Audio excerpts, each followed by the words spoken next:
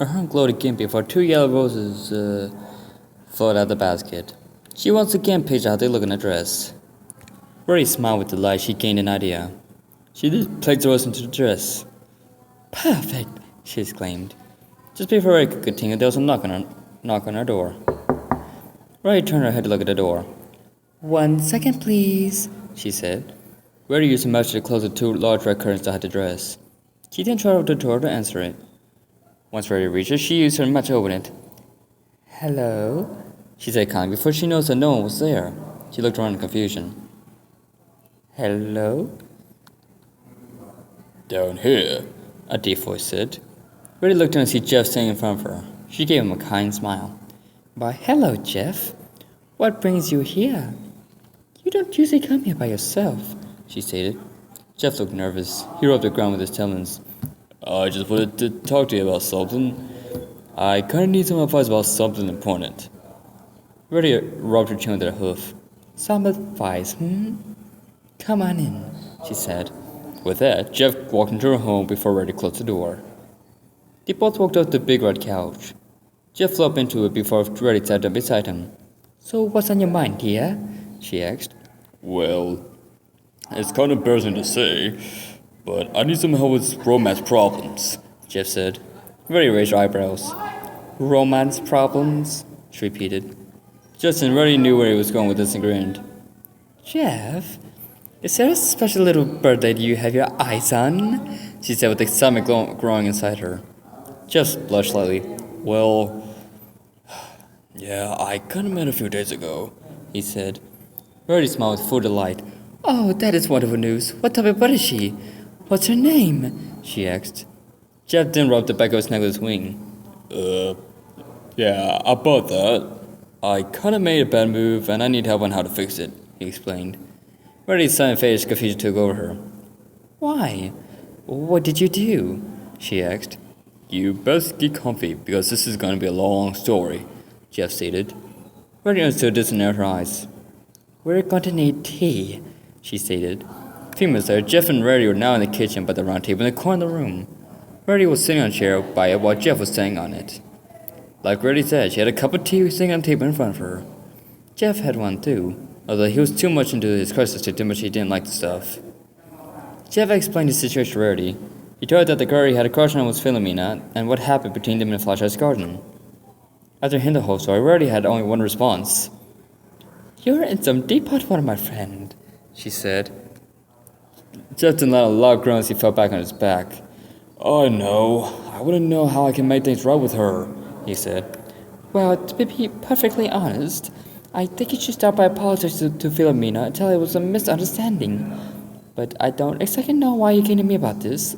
What can I do? Rarity asked. Jeff then stood back up on his feet and looked up at her.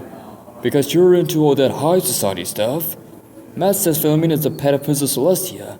I didn't know how to look good for royalty, he said in a stressed tone. Rarity gave an unsure look. I don't know, Jeff. Philomena is a bird of royalty, and you're just so... Rarity stared down at Jeff as she looked at his dirty ruffled feathers and mud-stained talons. She was even uncomfortable with having him on her kitchen table. Rarity noticed that he was still waiting for her to finish her sentence and quickly spoke. Anyway, I think you should try and apologize to her first.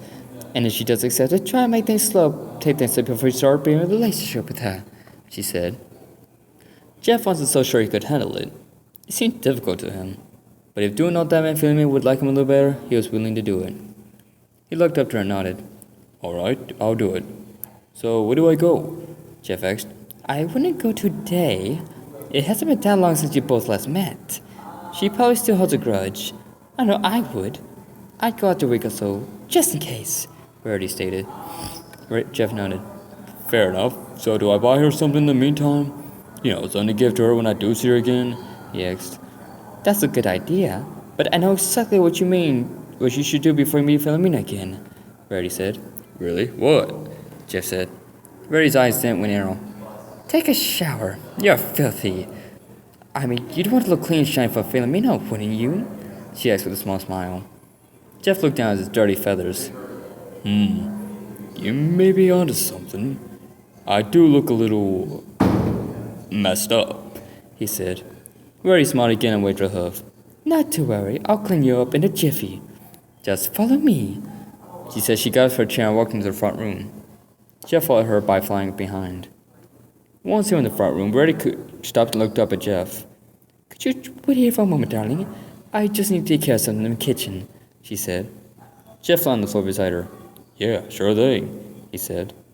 With that, Rarity went back to the kitchen and used the match to quickly bring a spray bottle and clean cloth out of the cupboard.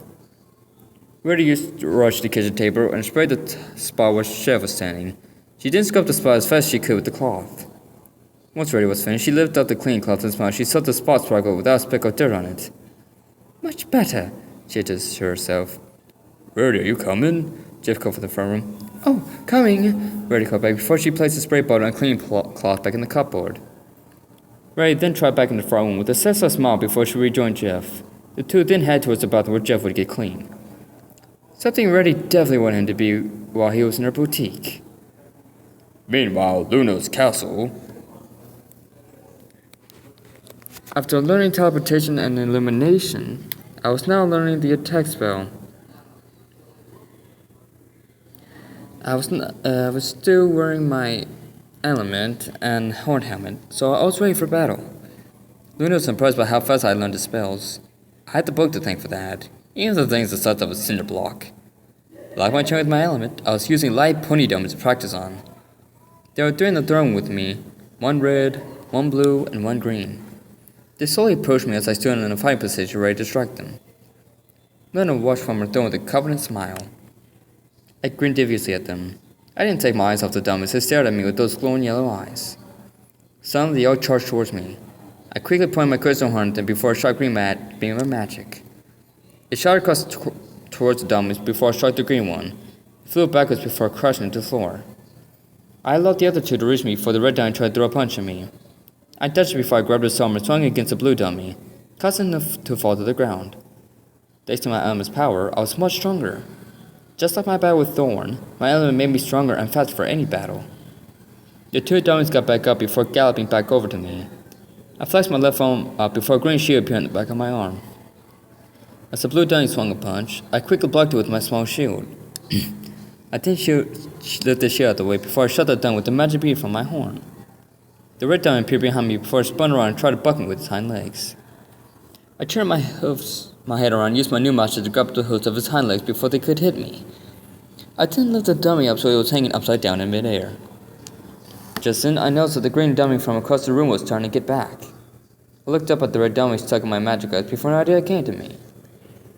I used my master to spin the dummy around in circles. I quickened the speed, and the dummy spun faster. Now the dummy was spinning with great speed before I looked back over to the green dummy and timed my aiming until it was right. When it was, I released the red dummy from my magic grip and it flew across the room towards the green dummy.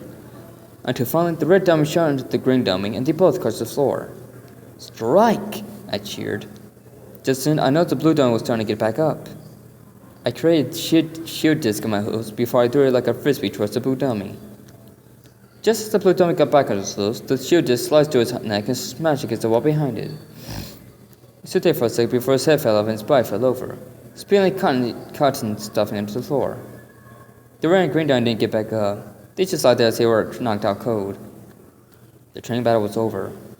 I then heard clapping from the throne and looked to see Luna clapping her front lips together with a proud smile on her face. Luna then stopped clapping before she jumped down from her throne and walked over to me. Well done, Matthew. I am pleased that you're handling the helm's power so well. Too bad you did not have it while Thorn was around, she said. I nodded. Yeah, it would have come in handy. So, is that the last of training for today? I asked. Luna nodded. Yes, you may now dispatch your element. And do not worry about your helmet. Now that it is a part of your element, it will disappear back to the falling candlelight as well, she stated. I then closed my eyes before both my armor, fez, and helmet disappeared in a flash of light. I felt the cool air brush against my fur now all that armor was gone. I stroked it through my mane with my hoof. Feels good to do that again, I said with a smile. Luna then came close to me. Now, Matthew, in honor of your success in your training, I am going to present you with one of my deepest secrets, she said. Okay, what is it? I won't tell anyone, promise, I said. Luna smiled before she leaned her head towards mine. I was worried that she was going to kiss me again. I was about to stop before she brought her mouth to my ear. Come to my quarters. We need to be up there in order for me to show you my secret, Luna whispered. I flushed deeply as Luna walked past Bay and approached the two double doors that led to the lobby. I turned around to watch as she opened them with her magic. Luna turned her head around to me. Coming? She asked. I was wondering what she wanted me in her room for. I left nervously as I nodded. I then walked to my saddlebags and placed them up in my mouth before I placed them back on my back. I walked over to Luna and we both thinned at the throne room. Luna closed the doors behind us. But instead of going down the stairs in front of us, Luna walked towards a different stack of stairs that were on the left side of the room. I followed her and we both went up the stairs to a part of the castle I've never been to. After a few minutes, we were now in a high-floating castle. I kept following Luna as we approached a small door. Luna used her match to open to reveal what looked like her room. There was a large bed, a makeup desk with a large mirror, and a pair of double doors made of glass that led to a balcony outside. I walked in the room and admired it. Do you like my room? Luna asked. I turned my head around to face her. Yeah, I do. Looks cozy, I said. Luna then walked into the room before she closed the door behind her. And now to present you with my secret, she said. As she walked close to me, I became even more nervous. Are you sure you're gonna show me it in the throne room? I asked. Luna shook her head. Now, this can only be done in a peaceful environment. Anyone could have come to the throne room and interrupted us, she stated. I coped out the sound of that. Luna, I'm not so comfortable with doing this. What is it we're doing anyway? I asked. You are going to sleep, Luna stated. Luna, I appreciate the offer, but I can't sleep over here. Twice nervous as it is, and if I sleep here, she's going to become worried. She might suspect something between us, I stated. Matthew, I am just going to show you a secret that I made in something I like to call the dream realm. But we can only go there if you're asleep. I am letting you use my bed for your comfort while you enter the dream realm, Luna explained. With that, I understood what she was doing. I blushed from embarrassment from what I thought she was planning. I laughed sheepishly. So that's why you brought me up here. You want to show me something in the dream world? Luna raised her eyebrow. Yeah, why, yes. What were you expecting? She asked. It was nothing. Anyway, how does this work again? I asked. Luna was curious about what I thought she was going to do, but then decided to judge the subject and spoke. All you have to do is sleep on my bed and dream. I will meet you inside the dream realm, she said. I gave her a confused look. Okay, I said before I walked her to her bed, placed my saddlbags on the floor before I crawled up onto her bed. I lied down on the bed's surface without getting under the covers. My head was on the pillow before I lifted my head up to face Luna. Hold up, if I'm sleeping on your bed, where are you gonna sleep? I asked. Luna waved her hoof. Do not worry about that. I have my own way of entering the dream realm. You just lie back and relax. I will help you get to sleep, she said. At the end of this, she said. I lied my head back down the pillow and relaxed. While I did that, Luna's horn gently glowed, and a small cloud of blue smoke came out the tip. The smoke flowed up in front of my face, and I sniffed it in. Just then, my eyelids felt heavy as my vision blurred up. It was so long before I gave in and I closed my eyes, causing me to instantly fall asleep on Luna's bed. Dream realm, unknown field. I slowly blinked my eyes open, but instead of seeing the scene of Luna's room, I saw a starry night sky. I then felt a small breeze against my body before I leaned up off the ground to see I was in the middle of some sort of field. There was no town in sight, just the grass beneath me and a large wall of trees a mile away from me. I looked back up at the sky. Not only were there stars in the dark sky, but full planets too.